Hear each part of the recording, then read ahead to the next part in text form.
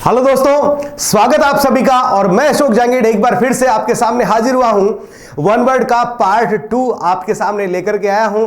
जी हां दोस्तों, part first आपको काफी पसंद आया, आपके कमेंट्स मैंने देखे और मैंने आपको रिप्लाई भी कमेंट्स सेक्शन में जाकर के किया है और आप इनसे काफ़ी सीख रहे हैं, अपनी मंजिलों को हासिल करना चाह रहे हैं।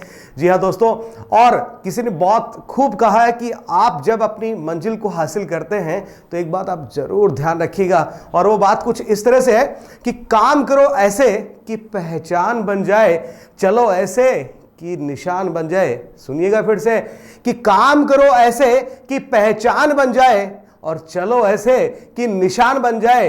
अरे जिंदगी तो हर कोई काट लेता है यार, अगर दम है तो जियो ऐसे कि जिंदगी एक मिसाल बन जाए। जी हां दोस्तों, एक बार फिर से आप सभी का स्वागत करता हूं वन वर्ड के पार्ट 2 में। और इस पार्ट 2 में हम सीखने वाले हैं important one word substitutions for spot, venue and place. ठीक है, स्पॉट, वेन्यू एंड प्लेस जैसे जो वन वर्ड्स हैं उनके बारे में हम आज सीखने वाले हैं। इसमें मैं कुल मिलाकर के 35 वन वर्ड्स आपके लिए लेकर के आया हूं, लेकिन जैसा कि आप लोगों को पता ही है कि नाम ही 35 का है, आज यहां से 70 प्लस आप वर्ड सीख करके जाने वाले हैं। पिछले वाले सेशन में 50 वन वर्ड्स के क्वेश्चंस थे, ठीक है, लेकिन आपने मोर देन 100 वर्ड्स वहां पर सीखे थे, तो ऐसा ही कुछ आज भी होने वाला है। तो बिना किसी देर के चलिए चलते हैं, स्लाइड फर्स्ट पे चलते हैं। पहला शब्द देखिएगा, पहला शब्द है आर्काइव्स। क्या होता है देखिए, a collection of historical documents और records providing information about a place, institution और ग्रुप ऑफ पीपल। सुनिएगा ध्यान से कि आर्काइव्स क्या होता है, कि ऐतिहासिक आलेखों का संग्रह होता है। जी हां, ऐतिहासिक आलेखों का संग्रह होता है जिससे हम किसी स्थान, किसी संगठन के इतिहास का पता कर सकते हैं। तो इस प्रकार के संग्रह को रखने का स्थान जो है, जी हां, आर्काइव्स क्या है? ऐतिहासिक आलेखों का संग्रह है, और उस संग्रह को रखने का स्थान जो है वो क्या कहलाता है? आर्काइव्स कहलाता है। और आप इसे हिंदी में कह सकते हैं अभिलेखागार कह सकते हैं, पूरा लेखागार कह सकते हैं। ठीक है, आप इसे हिंदी में क्या कह सकते हैं?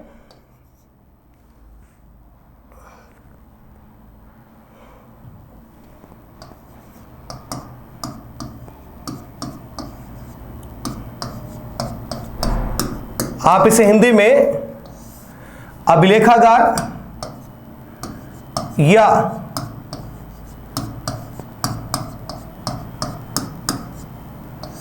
पूरा लेखागार आप इसे कह सकते हैं। और इंग्लिश में आपको मैं एक शब्द और दे देता हूं, और वो है रिपोजिटरी। ध्यान दीजिएगा, मैंने शब्द लिखा है रिपोजिटरी दोस्तों। ठीक है, तो अच्छे से समझ लीजिएगा कि जो अभिलेख होते हैं, ऐतिहासिक अभिलेख जो होते हैं, उनको संग्रहित करने का जो स्थान है वो आर्काइव्स कहलाता है।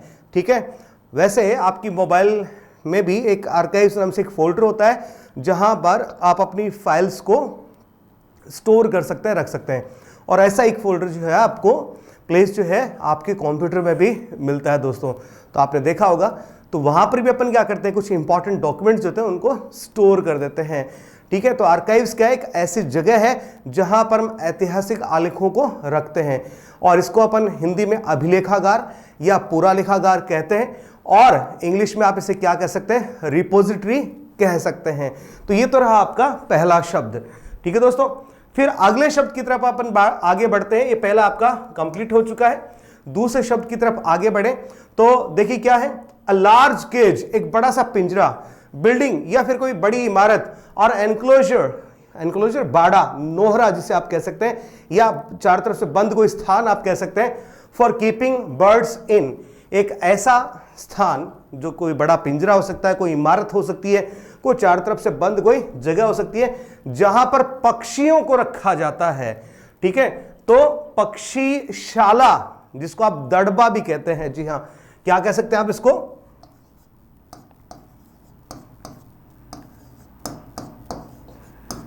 पक्षीशाला या दड़बा आप इसे कह सकते हैं दोस्तों। ठीक है, तो इसको आप क्या कहेंगे? एवियरी कहेंगे। क्या कहेंगे? एवियरी कहेंगे। समझ आ रहा है? एवियरी, एवियरी का मतलब क्या होता है? पक्षीशाला हो सकता है, दड़बा हो सकता है, कोई बड़ा पिंजरा जिसमें पक्षियों को रखा जाता है, कोई एक इमारत जिसमें पक्षियों को रखा जाता है, ठीक है, या फिर कोई बड़ा कोई एनक्लोजर, कोई नोहरा कह सकते हैं, बाड़ा कह सकते हैं, चार तरफ से बंद कोई स्थान जहां पर पक्षियों को रखा जाता है, ठीक है, उसको आप क्या कहेंगे? एवियरी कहेंगे। और दोस्तों इसी शब्द से एविएशन बना है, ठीक है, उड़ान से संबंधित शब्द है एविएशन। एक्चुअल में ये लेटिन भाषा जो है वहां से एक शब्द आता है एवियरियम, ठीक है, पक्षीशाला को एवियरी के अलावा और देखिए आप क्या कह सकते हैं?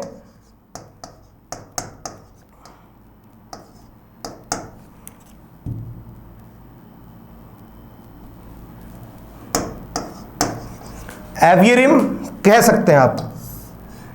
और एवियरियम पक्षियों से संबंधित, पक्षी का संबंध उड़ान से संबंधित है। इसी वजह से एविएशन शब्द आपने सुना होगा, जहां पर, ठीक है, ये फ्लाइट्स वगैरह में जो एविएशन हॉस्पिटैलिटी जो होती है उनसे रिलेटेड कोर्स होते हैं, एविएशन कोर्सेज जो होते हैं, ठीक है, वहां पर करवाए जाते हैं। तो एविएशन, एवियरियम मिलते जुलते शब्द है। और एविस, ये शब्द को देखिएगा, एविस लेटिन भाषा का है। कहां का है? लेटिन भाषा का है, जिसका मीनिंग क्या होता है? बर्ड अर्थात पक्षी होता है। बर्ड अर्थात पक्षी इसका अर्थ होता है। तो ऐसा कोई शब्द जिसमें एविस आपको शब्द देखने को मिल जाए, या AVI, और फिर उससे मिलता जुलता यदि आपको कोई शब्द मिलता हो, ठीक है, तो आप समझिएगा वहां पर उड़ान से संबंधित कोई बात हो रही है या फिर कोई पक्षियों से संबंधित बात हो रही है। और इसका रूट कहां से है? लेटिन भाषा से लिया गया है। समझ गए दोस्तों? लेटिन भाषा से इसको लिया गया है। चलिए अगले शब्द की तरफ बढ़ते हैं। तो इसका तो क्या रहा? एवियरी। एवियरी का मतलब पक्षीशाला या दड़बा। ओके, अगला शब्द नंबर 3 पे चलते हैं। A building where animals are butchered, एक ऐसी इमारत जहां पर जानवरों को काटा जाता है, ठीक है, उनके मांस के लिए, उनके मीट के लिए, उनके फ्लैश, FLES, उनके फ्लैश के लिए उनको काटा जाता है। तो क्या कहलाता है? सीधी सी बात है भैया, कसाई खाना कहलाता है, वधशाला कहलाता है, बूचड़ खाना भी कहलाता है। ठीक है, समझ गए? और इंग्लिश में आप इसे क्या कहते हैं? आर्बिटर। आर्बिटर। इसके अलावा आप इसे क्या कह सकते हैं? स्लॉटर हाउस कह सकते हैं। और इसे आप क्या कह सकते हैं? शैम्बल्स। ध्यान दीजिएगा, शैम्बल्स भी आप इसे कह सकते हैं। ठीक है,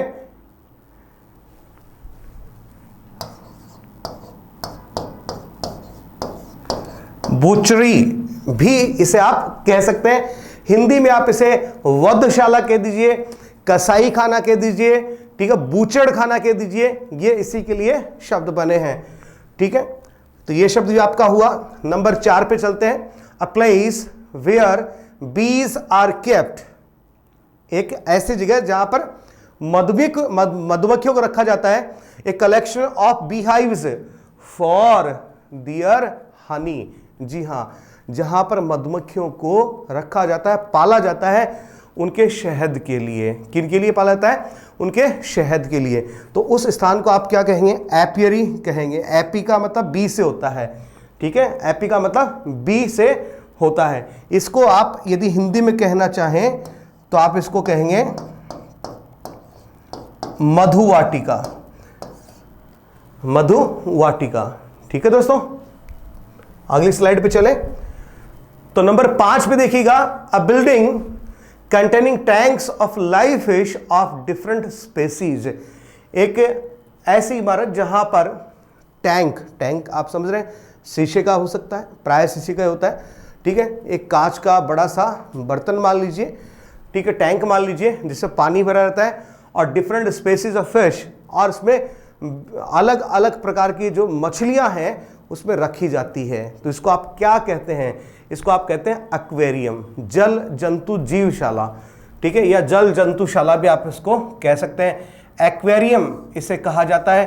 ठीक है, अब आप देखिएगा यहाँ पे शब्द जो है रूट में चलते हैं तो एक्वा शब्द आता है, और एक्वा का मतलब क्या होता है? वाटर होता है। तो एक्वेरियम का मतलब जल में रहने वाले जीव जंतुओं को रखने की एक जगह है। ठीक है, तो इसको आप क्या कहेंगे? एक्वेरियम कहेंगे। ठीक है दोस्तों, और से आप हिंदी में क्या कह सकते हैं? जल जंतु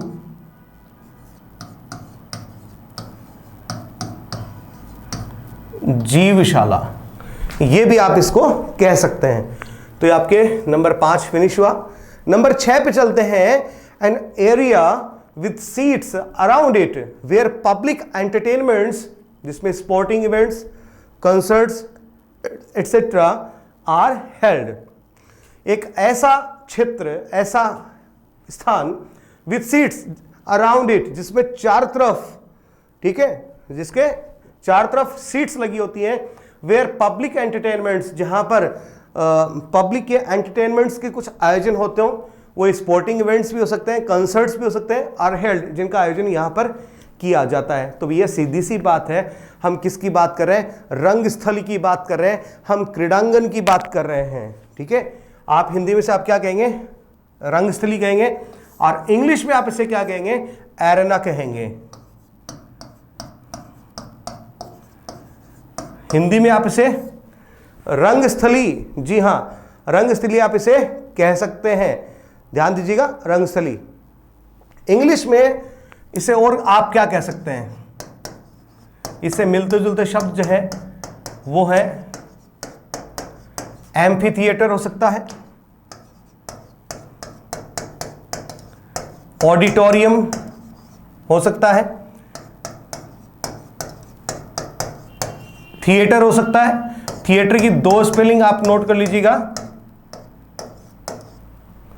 THEATRE भी होता है और THEATER भी होता है। कोई सी भी स्पेलिंग आ सकती है, तो इसमें आपको कहीं पर कंफ्यूज होने की आपको कोई आवश्यकता नहीं है दोस्तों। दोनों ही स्पेलिंग्स सही है। जी हाँ, दोनों ही स्पेलिंग क्या है? बिल्कुल सही है, दुरुस्त है। ठीक है, कहीं आप इसको स्पेलिंग मिस्टेक आप मत समझ लीजिएगा, दोनों स्पेलिंग्स इसकी सही है दोस्तों। ठीक है, आगे चलते हैं। नंबर 6 आपका कंप्लीट हुआ। नंबर 7 पे चलें। अ collection of weapons and military equipments. Collection of weapons, हथियारों का संग्रह, एंड मिलिट्री इक्विपमेंट्स, जो सेना का जो हथियार होते हैं उनका जखीरा जो होता है, such as guns and explosives, जिसमें गन्स, बंदूकें, ठीक है, एंड एक्सप्लोजिव्स और अन्य विस्फोटक पदार्थ शामिल होते हैं। इस प्रकार के कलेक्शन को क्या कहा जाता है? तो भैया हम इस प्रकार के कलेक्शन को कहते हैं आर्सेनल। क्या कहते हैं? आर्सेनल कहते हैं। तो इसको आप क्या कहेंगे? युद्ध सामग्री का भंडार कहेंगे। क्या कहने वाले हैं आप इसे? युद्ध सामग्री का भंडार। तो इस जगह को क्या कहा जाता है? आर्सेनल, अर्थात जहां पर हथियारों का जखीरा रखा जाता है, मिलिट्री आदि का, तो क्या कहलाएगा? आर्सेनल कहलाएगा। लेकिन इसके अलावा एक चीज आप और नोट कीजिएगा कि building where military weapons and explosives are made, जहां पर मिलिट्री के जो वेपन्स हैं और एक्सप्लोजिव्स हैं, जहां पर इनका निर्माण होता है, उसको भी आप क्या कहते हैं? आर्सेनल ही कहते हैं। क्या कहते हैं? आर्सेनल ही कहते हैं। ठीक है, तो यहां पर मैं थोड़ी सी स्पेस लेकर के लिख देता हूं इसको।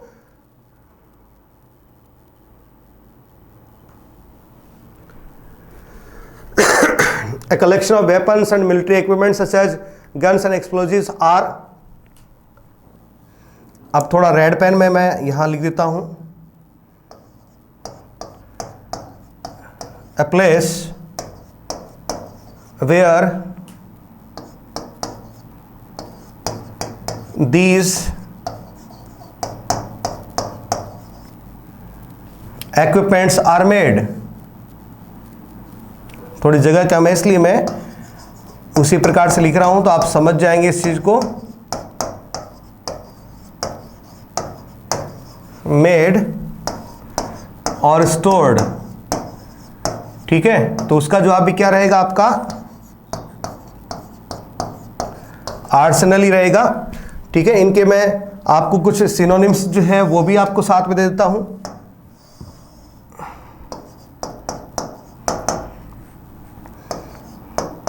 पहला सिनोनिम्स है दोस्तों आर्म्स डिपो। डिपो की स्पेलिंग में अंत में टी आता है, लेकिन टी पढ़ा नहीं जाता है, आर्म्स डिपो। और आर्म्स का मतलब यहां भुजाएं नहीं है, हथियार से होता है, तो आप इसको क्या कह सकते हैं, आर्म्स डिपो कह सकते हैं। इसके अलावा ऑर्डिनेंस, जी हां, ऑर्डिनेंस डिपो भी आप इसे कह सकते हैं।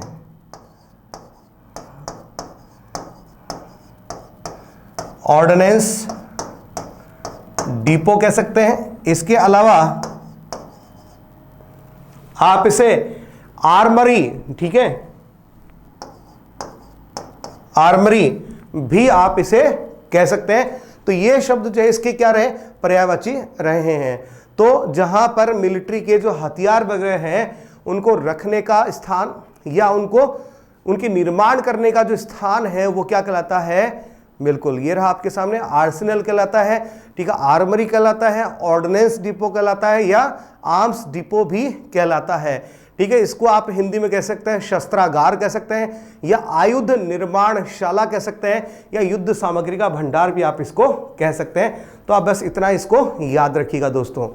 चलिए आगे बढ़ेंगे, नंबर 8 पे चलते हैं, और ये है आपका पहले 7 नंबर कंप्लीट हुआ, 8 पे चलते हैं। एन इंस्टीट्यूशन, एक ऐसी संस्था for the care of people who are mentally ill, एक ऐसी संस्था जहां पर मेंटली इल या मेंटली चैलेंज्ड, अर्थात जो मानसिक रोग से विकृत है, मानसिक रोगी है, उन लोगों को रखा जाता है, उनका इलाज किया जाता है। तो ऐसी संस्था को हम क्या कहते हैं, तो भैया सीधी सी बात है, हम ऐसी संस्था को मानसिक रोग चिकित्सालय, जी हां, मानसिक रोग चिकित्सालय कहते हैं। समझ गए? ठीक है, तो इसको आप इंग्लिश में क्या कहेंगे, इसको हम इंग्लिश में कहेंगे असाइलम। इंग्लिश में क्या कहेंगे इसे, असाइलम कहेंगे। ठीक है, अर्थात मनोरोगियों का चिकित्सालय कहेंगे, असाइलम कहेंगे। लेकिन दोस्तों यहां पर मैं आपको एक चीज और ऐड किए देता हूं। असाइलम शब्द जो है, जैसे मान लीजिए कोई दूसरा मुल्क है, अपना देश हिंदुस्तान है, कोई दूसरा मुल्क है, वहां पर वहां के कुछ लोग जिनको राजनीतिक रूप से खतरा महसूस होता है, और वो क्या करते हैं, हमारे यहाँ शरण मांगते हैं। ठीक है, हमारे यहाँ क्या मांगते हैं, शरण मांगते हैं। तो इस प्रकार की शरण को भी अपन क्या कहते हैं, पॉलिटिकल असाइलम कहते हैं। क्या कहते हैं, पॉलिटिकल असाइलम कहते हैं। तो ये कुछ इस प्रकार से होता है कि a sort of protection that a government gives to people who have left their own country, usually because they were in danger for political reasons। ठीक है, कि सरकार क्या करती है, विदेश के लोगों को प्रोटेक्शन प्रदान करती है, सुरक्षा प्रदान करती है। ठीक है, खास तौर से उनके राजनीतिक कारणों की वजह से, राजनीतिक रूप से वो खतरे में है, अपनी की जान खतरे में है, तो इस वजह से उनको, ठीक है, समझ गए आप, तो इसको आप क्या कहेंगे, असाइलम, उस अर्थ में भी इस शब्द को काम में लिया जाता है। तो लेकिन फिलहाल आप ध्यान रखिएगा कि यहां पर असाइलम का अर्थ किससे है, ठीक है, एक मनोरोग चिकित्सालय से है, या मानसिक रोग चिकित्सालय से इसका अर्थ लिया जा रहा है। चलिए अगली स्लाइड पे बढ़ते हैं, अगली स्लाइड पे चलेंगे, नंबर 9 पे चलते हैं। अ होल, होल का मतलब छेद होता है, और टनल, टनल का अर्थ सुरंग भी होता है। यहां इन दोनों का अर्थ जो है छेद या सुरंग के अलावा और जो अर्थ है वो लिया जा सकता है बिल। ठीक है, बिल आप जानते ही हैं, ठीक है, कोई छेद।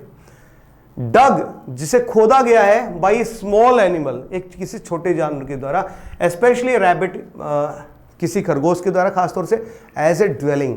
ड्वेलिंग का मतलब होता है निवास स्थान।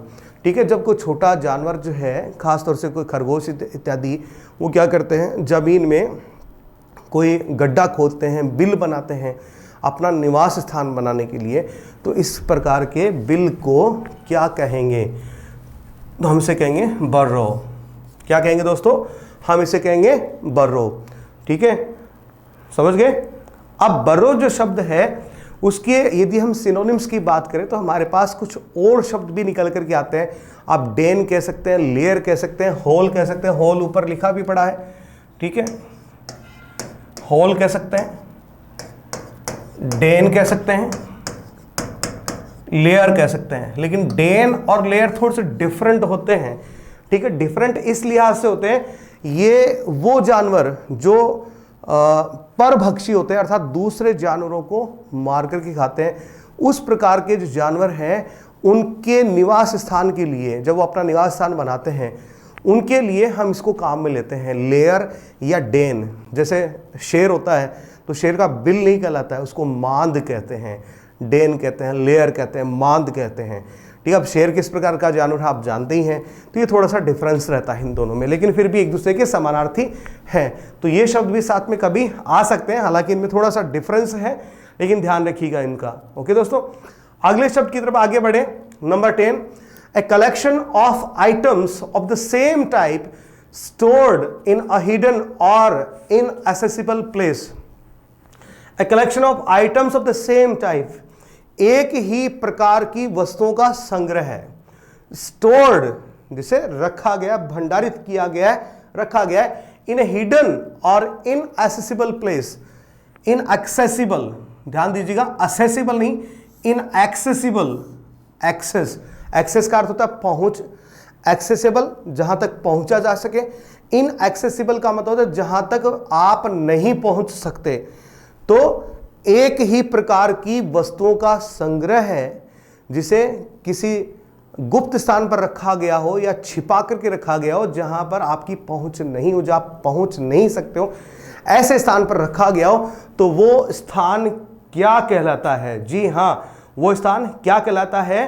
ठीक है, वो स्थान कहलाता है कैश, CACHE, और आप इसका उच्चारण क्या करने वाले हैं? कैश। समझ गए? तो ऐसे स्थान को हम क्या कहेंगे? कैश कहेंगे। अर्थात गुप्त भंडार विशेषतः किसका होता है? खासतौर से नशीले पदार्थों का या हथियारों का। जी हाँ, स्पेशली ऑफ ड्रग्स और वेपन्स। तो मैं यहां ब्रैकेट में लिख दिए देता हूं,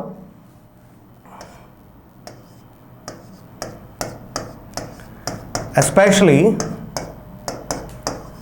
of drugs और weapons। खास तौर से ड्रग्स और वेपन्स जो है, ठीक है, उनको छिपाने के स्थान को हम क्या कहते हैं? कैश कहते हैं। क्या कहेंगे? कैश कहेंगे। तो दोस्तों याद रहेगा आपको, ये भी शब्द भी काफी अच्छा शब्द है। नंबर 11 पे चलते हैं। तो देखिएगा, ए पब्लिक रूम, एक सार्वजनिक कोई कमरा और बिल्डिंग या फिर कोई इमारत, वेयर जहां पर गैम्बलिंग गेम्स आर प्लेड, जहां पर जुए का खेल चलता हो, तो उसको अपन क्या कहते हैं भैया? जुआ घर कहते हैं। इंग्लिश में आप इसे क्या कहते हैं? कैसीनो कहते हैं। क्या कहते हैं? कैसीनो कहते हैं। ठीक है, कैसीनो। और इसको आप क्या कहेंगे? जुआ घर आप इसे कहेंगे। तो ये भी आपका फिनिश हुआ। आगे बढ़ते हैं अगली स्लाइड की तरफ। तो अगली स्लाइड पे देखिएगा, number 12, a large burial ground specially one not in a church yard. ठीक है, एक बड़ा सा कब्रिस्तान, लार्ज ब्यूरियल ग्राउंड। ब्यूरियल बैरी से बना है, बैरी का मतलब दफन करना होता है। ठीक है, तो ब्यूरियल का मतलब क्या होता है? ब्यूरियल ग्राउंड, जहां पर लोगों को, मृत लोगों को दफन किया जाता हो। तो एक बड़ा सा कब्रिस्तान, specially one not in a church yard, खासतौर से जो चर्च यार्ड का हिस्सा नहीं है। ध्यान दीजिएगा, चर्च यार्ड का हिस्सा नहीं है। ठीक है, तो उसको क्या कहेंगे अपन? ये रहा शब्द आपके सामने, सिमेट्री। क्या कहने वाले हैं हम? इसको कहेंगे सिमेट्री कहेंगे। ठीक है दोस्तों, सिमेट्री। इसको आप क्या कह सकते हैं? इसको आप बोन यार्ड भी कह सकते हैं। इसको आप गॉड्स एकड़ भी कह सकते हैं। जी हां, गॉड्स एकड़ भी इसको कहा जा सकता है। ग्रेवयार्ड भी कह सकते हैं, नेक्रोपोलिस भी कह सकते हैं। ठीक है,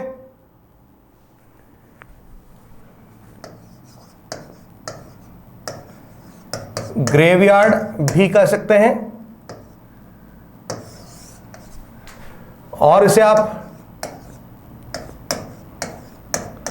नेक्रोपोलिस भी आप इसे कह सकते हैं।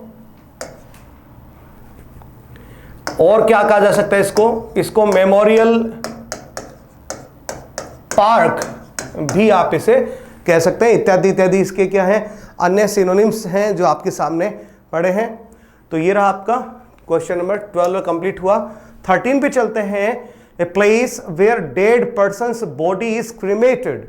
क्रीमेट का मतलब होता है अंतिम संस्कार करना, जलाना, दफन करना नहीं, जलाना, ठीक है। और ये जलाने की परंपरा स्पेशली किस में होती है, हिंदू लोगों में होती है।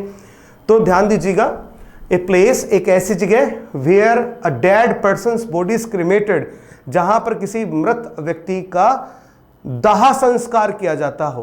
क्या किया जाता हो, दाह संस्कार किया जाता हो।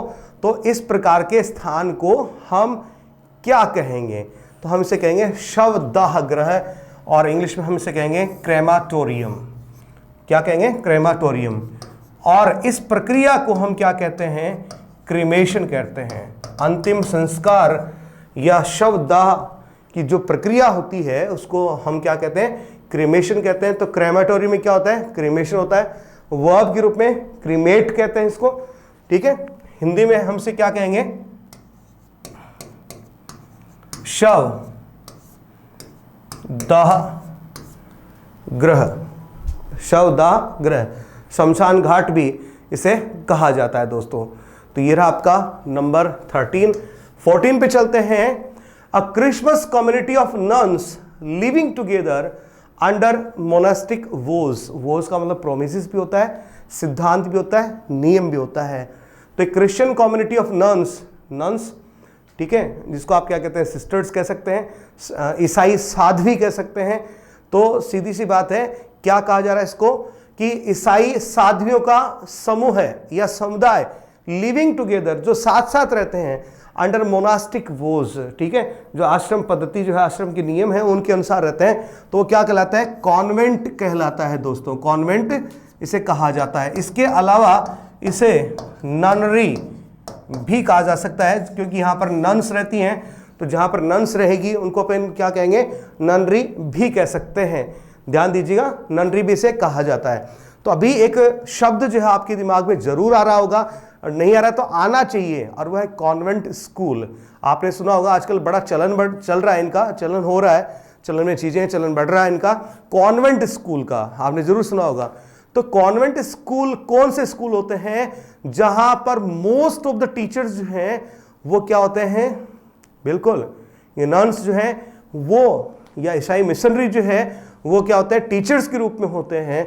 तो इस प्रकार के स्कूल को हम क्या कहते हैं, कॉन्वेंट स्कूल कहते हैं। कॉन्वेंट स्कूल का मतलब इंग्लिश मीडियम स्कूल नहीं होता है, ध्यान दीजिएगा। कॉन्वेंट स्कूल, ठीक है, it's not an English medium school. हो सकता है इंग्लिश मीडियम स्कूल हो, बट वो इंग्लिश मीडियम स्कूल होने के नाते कॉन्वेंट स्कूल नहीं कहलाता है, ठीक है। कॉन्वेंट स्कूल क्यों कहलाता है, क्योंकि उसके ज्यादातर टीचर्स जो हैं वो क्या है, वो नन्स हैं, ठीक है, जो कॉन्वेंट में रहती हैं। तो वहीं पर रहने वाली, जो कॉन्वेंट में रहने वाली नन्स जो है वो टीचर हैं, इसलिए क्या कहलाएगा, ठीक है, कॉन्वेंट स्कूल कहलाएगा। ये थोड़ा सा डिफरेंट है, याद जरूर रखिएगा इसको, ठीक है, मिसलीड मत होइएगा। तो क्वेश्चन नंबर 14 आपका कंप्लीट हुआ। 15 पे चलते हैं। नर्सरी। नर्सरी क्या होता है, बच्चों की देखभाल करने का एक स्थान, या छोटे बच्चों को खेल के माध्यम से पढ़ाने का स्थान जो नर्सरी कहलाता है, ये आपको पता ही है।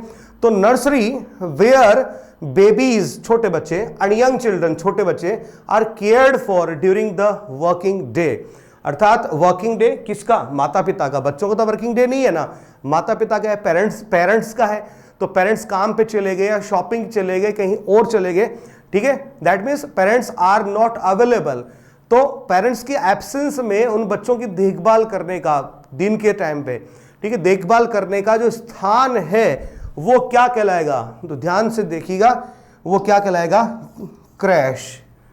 जी हाँ दोस्तों, इस शब्द को गौर से देख लीजिएगा, और इसका उच्चारण आप क्या करने वाले हैं वो भी देख लीजिएगा। इसका उच्चारण होगा आपके लिए, मैं यहां लिख देता हूं, क्रैश, ठीक है, क्रैश। तो क्रैश एक वो जगह होती है जहां पर माँ बाप की अनुपस्थिति में, ठीक है, दिन के समय बच्चों की देखभाल करी जाती है, छोटे बच्चों की देखभाल करी जाती है, तो इसको आप क्या कहते हैं, क्रैश कहते हैं। इसके अलावा आप इसे नर्सरी भी कह सकते हैं या डे नर्सरी भी इसको कहा जा सकता है, नर्सरी आप इसे कह सकते हैं, या डे नर्सरी भी दोस्तों आप इसे कह सकते हैं। अच्छे से समझ में आ रहा है ना आपको? तो चलिए आपका क्वेश्चन नंबर 15 ये भी कंप्लीट हो गया। अगली स्लाइड की तरफ आगे बढ़ते हैं। अगली स्लाइड पे क्वेश्चन नंबर 16 पे चलते हैं। ए स्टॉपर्ड ग्लास कंटेनर, स्टॉपर जानते हैं, मुंह बंद करने का ढक्कन जो होता है, ठीक है, बोतल का ढक्कन कॉर्क कहलाता है, स्टॉपर भी कहलाता है। तो स्टॉपर्ड ग्लास कंटेनर किसका बना हुआ है? कंटेनर ग्लास का। कंटेन का मतलब रखना, कंटेनर जिसके अंदर कोई सामान रखा जाता है, तो एक ग्लास कंटेनर है, स्टॉपर जिस पे लगा मुंह बंद है, इनटू विच जिसमें वाइन और स्पिरिट का मतलब वाइन ही है, इज डिकेंटेड का मतलब रखा जाना, ठीक है, किसके लिए? For serving purpose. तो इसको आप क्या कह सकते हैं? डिकेंटर कहेंगे। इंग्लिश में आप इसे क्या कहेंगे? डिकेंटर कहेंगे, ठीक है। और वैसे आप इसे क्या कहेंगे अपनी भाषा में?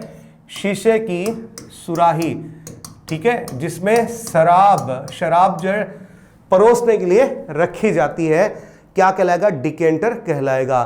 तो डिकेंटर क्या है? Decanter is a glass container that is used for serving wine. जी हाँ, ठीक है, क्या कहेंगे? डिकेंटर कहेंगे। तो क्वेश्चन नंबर 16 आपका कंप्लीट हुआ। 17 पे चलते हैं। A large bedroom with a number of beds in it, एक बहुत बड़ा बेडरूम है जिसमें बहुत सारे बेड्स डले हुए हैं, ठीक है। कहां पर होता है? स्कूल्स में, ठीक है, कॉलेज में, ठीक है, जहां पर क्या होता है, बच्चों को हॉस्टल में रखा जाता है, उस स्थान को हम क्या कहेंगे? ठीक है, समझ गए ना आप दोस्तों? उसको अपन क्या कहेंगे? एक बड़ा सा शयन कक्ष कहेंगे।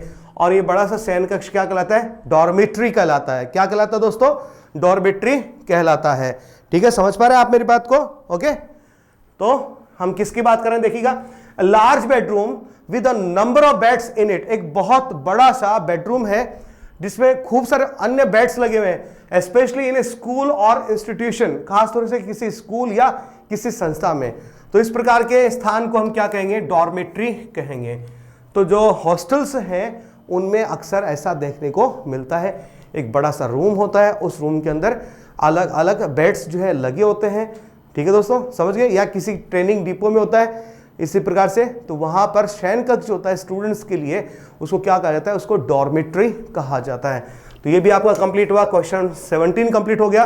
18 पे चलते हैं। The nest of A squirrel आप जानते हैं, गिलहरी, typically in the form of A mass of twigs in a tree, ठीक है, किसी पेड़ में ट्विग्स, छोटे छोटे टहनियों का झुंड करके, ठीक है, जो घोंसला सा बनाया जाता है गिलहरी आदि के द्वारा, वो क्या कहलाता है? वो कहलाता है ड्रे। जी हाँ दोस्तों, क्या कहलाएगा? ड्रे। आसान सा शब्द है, तो ये भी आपका कंप्लीट हुआ, ठीक है। अब 19 पे चलते हैं। अ रूम और building equipped for gymnastics, games and other physical exercise, एक बड़ा सा कोई कक्ष जिसमें जिम्नास्टिक्स के उपकरण लगे हुए, व्यायाम के उपकरण लगे हुए हैं, ठीक है, जो जिम्नास्टिक्स के लिए, खेल के लिए या फिर अन्य किसी एक्सरसाइज के लिए वो कमरा जो है काम में आता है, या वो कक्ष जो है काम में आता है। तो इस प्रकार के स्थान को हम क्या कहते हैं? जिम्नेजियम कहते हैं। जी हाँ दोस्तों, हम क्या कहते हैं? जिम्नेजियम कहते हैं। हिंदी में आप इसे क्या कह सकते हैं? व्यायामशाला कह सकते हैं, अखाड़ा कह सकते हैं, जिम खाना कह सकते हैं, ठीक है। आप इसे क्या कह सकते हैं?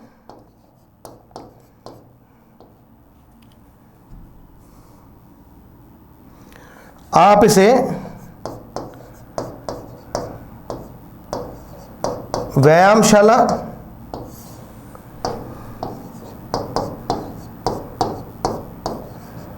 अखाड़ा,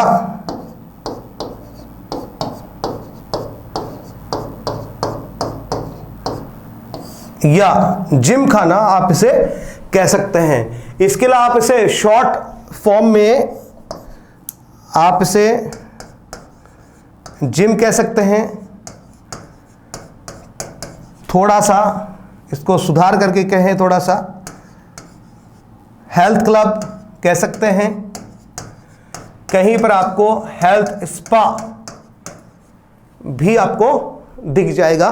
तो ये इसके सिनोनिम्स हैं। जिम्नेजियम को आप जिम भी कह सकते हैं, हेल्थ क्लब भी कह सकते हैं, और हेल्थ स्पा भी आप इसको कह सकते हैं। ठीक है, तो क्वेश्चन नंबर 19 आपका फिनिश हुआ। दोस्तों अगली स्लाइड पे आगे बढ़ेंगे। अगली स्लाइड पे पहला है question number 20, store house for thrashed grain. अनाज को निकाल लिया है, अब उस अनाज को कहां रखते हैं? तो अपन रखते हैं ग्रेनरी। ग्रेन से बना है अन्न, ग्रेन अन्न। ठीक है, तो इसको आप हिंदी में क्या कहते हैं? अन्नागार कहते हैं। ठीक है, अन्नागार भी आप इसे कहते हैं। बहुत सिंपल सा है। 20 फिनिश हुआ। 21 देखिएगा, a large building with an extensive floor area. एक बहुत ही विशाल का इमारत जिसे फ्लोर एरिया बहुत सघन, बड़ा, विशाल होता है। टिपिकली फॉर हाउसिंग एयरक्राफ्ट, जहां पर एयरक्राफ्ट को रखा जाता है। जी हां, जैसे जो बड़े बड़े मकान होते हैं, बंगले जो होते हैं, उनमें गाड़ियों को रखने की जगह क्या कहलाती है? गैरेज कहलाती है। उसी प्रकार से जो बड़े बड़े वायुयान है, एयरक्राफ्ट है, उनको रखने की जगह क्या कहलाएगी? हैंगर कहलाएगी। दोस्तों स्पेलिंग जरूर नोट कीजिएगा, HANGAR है दोस्तों, GER नहीं है। GER होते ही मीनिंग चेंज हो जाता है।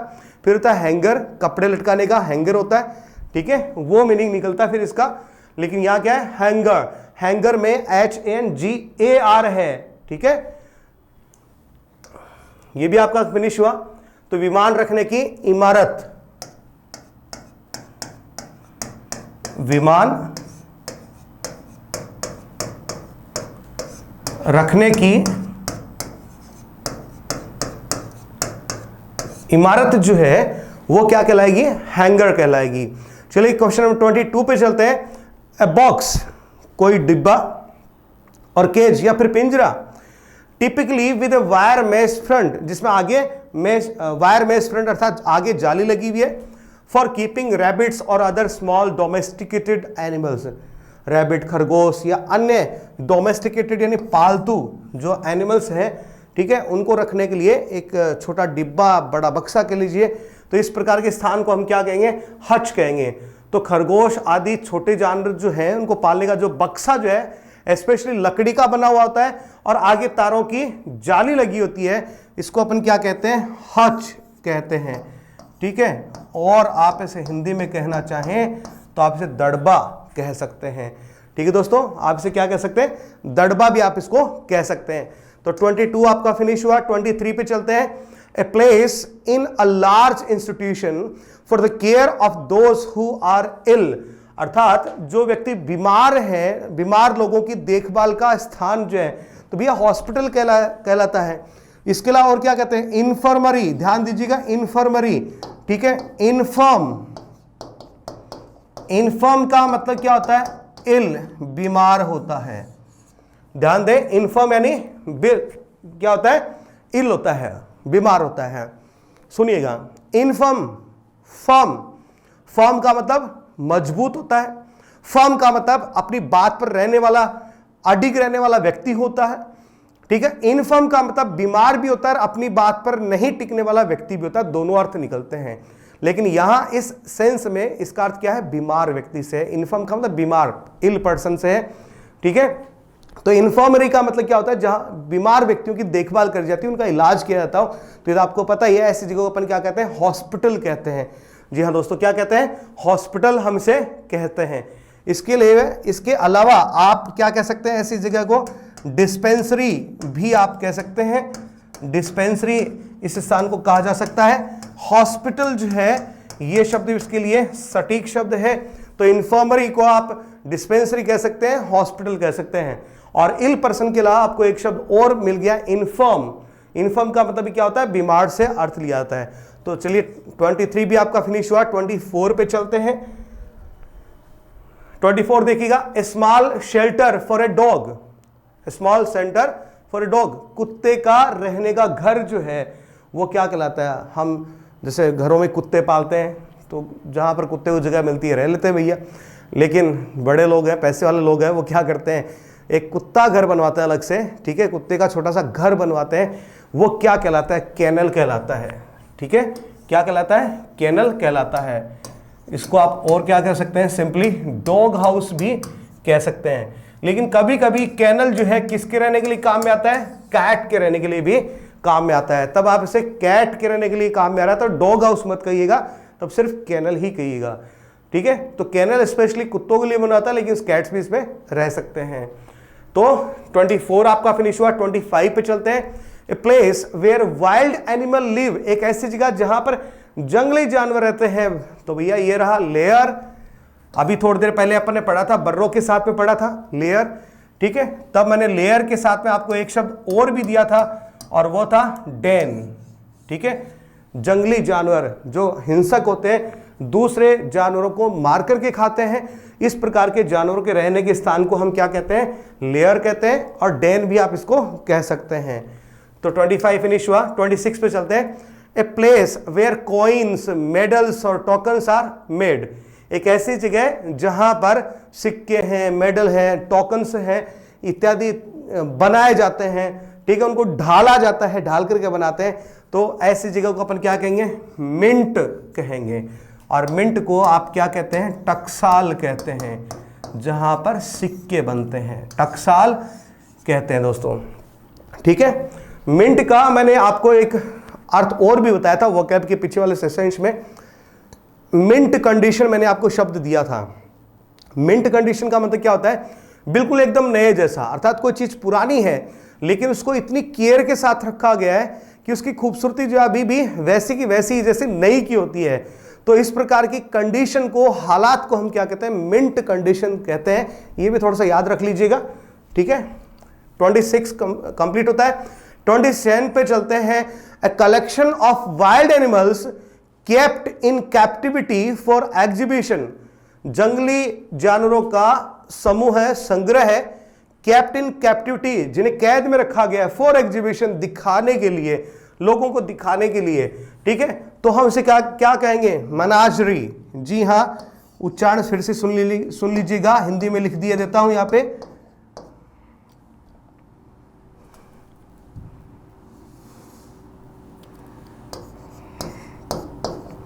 हम इसे पढ़ेंगे मनाजरी, ओके। मनाजरी से आप कह सकते हैं, ठीक है।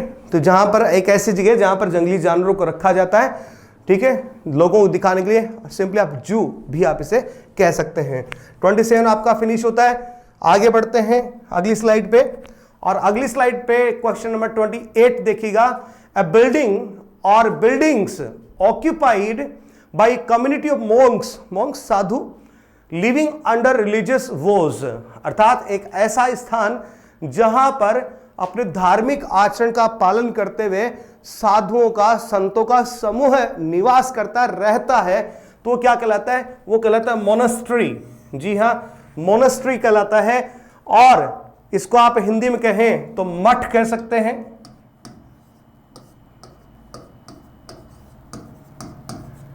विहार भी आप इसे कह सकते हैं दोस्तों, मठ कह सकते हैं, विहार कह सकते हैं। और इसके लिए अंग्रेजी के जो सिनोनिम्स हैं, एबी कह सकते हैं, फ्रायरी, फ्रायर से बना है, हर्मिट से बना है, हर्मिटेज इत्यादि शब्द जो है वो भी इसके सिनोनिम के बतौर आते हैं, इनको भी ध्यान रखिएगा।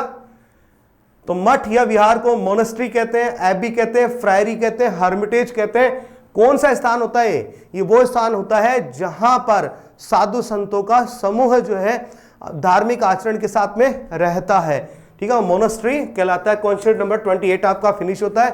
29 पे चलेंगे। A place where bodies are kept for identification, एक ऐसी जगह है जहां पर शवों को, बॉडीज को, शरीर को, मृत शरीर को रखा जाता है उनकी पहचान के वास्ते, या उनका जब तक अंतिम संस्कार नहीं हो जाता है, ठीक है, तो वहां पर उस जगह पर अंतिम संस्कार नहीं होने तक उस शव को वहां पर रखा जाता है। तो ऐसी जगह को अपन क्या कहेंगे, मोग, जी हाँ, मॉग हम इसे कहेंगे, मॉर्ग नहीं पढ़ेंगे, आप इसे पढ़ेंगे इस तरह से, मॉग।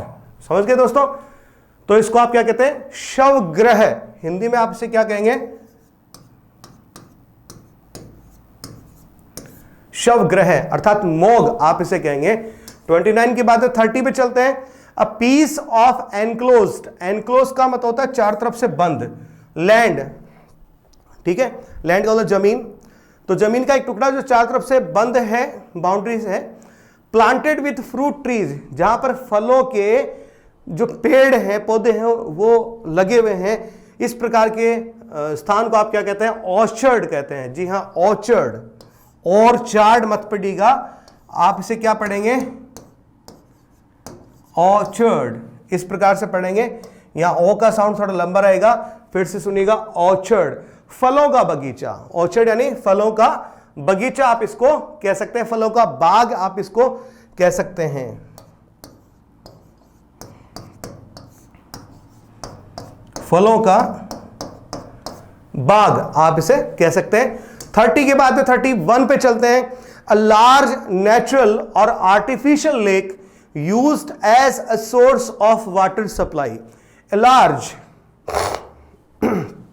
एक विशालकाय, नेचुरल हो सकता हो प्राकृतिक हो, और आर्टिफिशियल हो सकता है इंसान के द्वारा निर्मित अर्थात कृत्रिम हो। लेक ऐसी कोई झील, यूज्ड जिसे काम में लिया जाता है as a source of water to supply, जिस जलापूर्ति के लिए जिसे काम में लिया जाता है। एक बहुत बड़ा जलापूर्ति का भंडार जो है वो क्या कहलाएगा? वो कहलाएगा रिजर्वॉयर। ठीक है, क्या कहलाएगा? रिजर्वॉयर। आप इसे क्या कह सकते हैं? पूल भी आप इसे कह सकते हैं, और इसे हम क्या कहेंगे? एक बड़ा जलाशय। जी हाँ, बड़ा जलाशय हम इसे कहेंगे। तो ये भी आपका दोस्तों 31 भी फिनिश हुआ। अगली स्लाइड पे चलें तो 32 पे चलते हैं। स्मॉल किचन और रूम, एक छोटा सा किचन या एक कमरा at the back of a house, जो घर के पिछवाड़े की तरफ बना होता है, used for washing dishes and another dirty house hold work. ठीक है, और इसका काम क्या होता है? इस कमरे का या इस स्थान का काम क्या होता है? यहां पर जो बर्तन है या तो उनको धोया जाता है, वॉशिंग डिशेस, बर्तनों को धोया जाता है, या फिर अन्य जो गंदे घर के जो काम है उनको वहां पर निपटाए जाते हैं।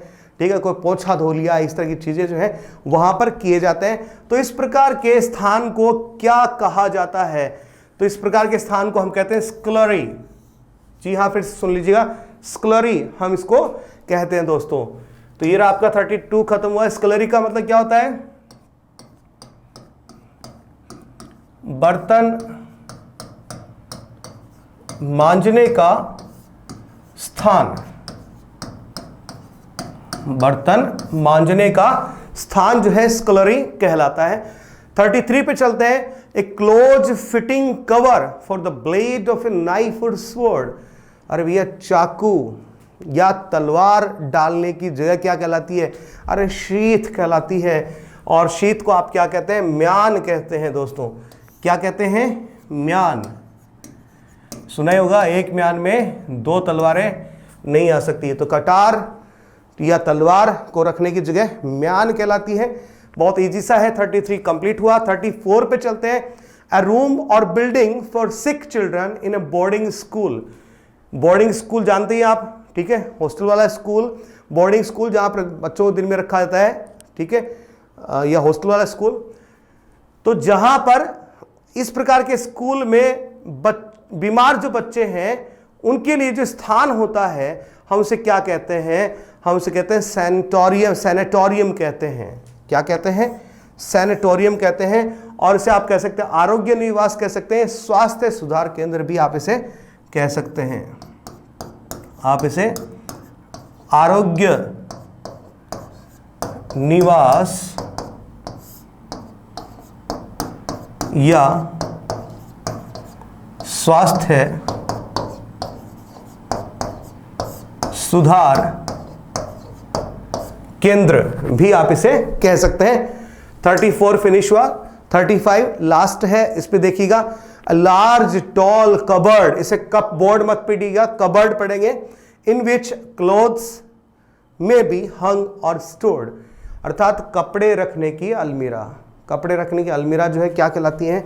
वार्डरोब कहलाती है दोस्तों, वार्डरोब कहलाती है। तो ये आपका 35 यहां पर फिनिश हुआ दोस्तों।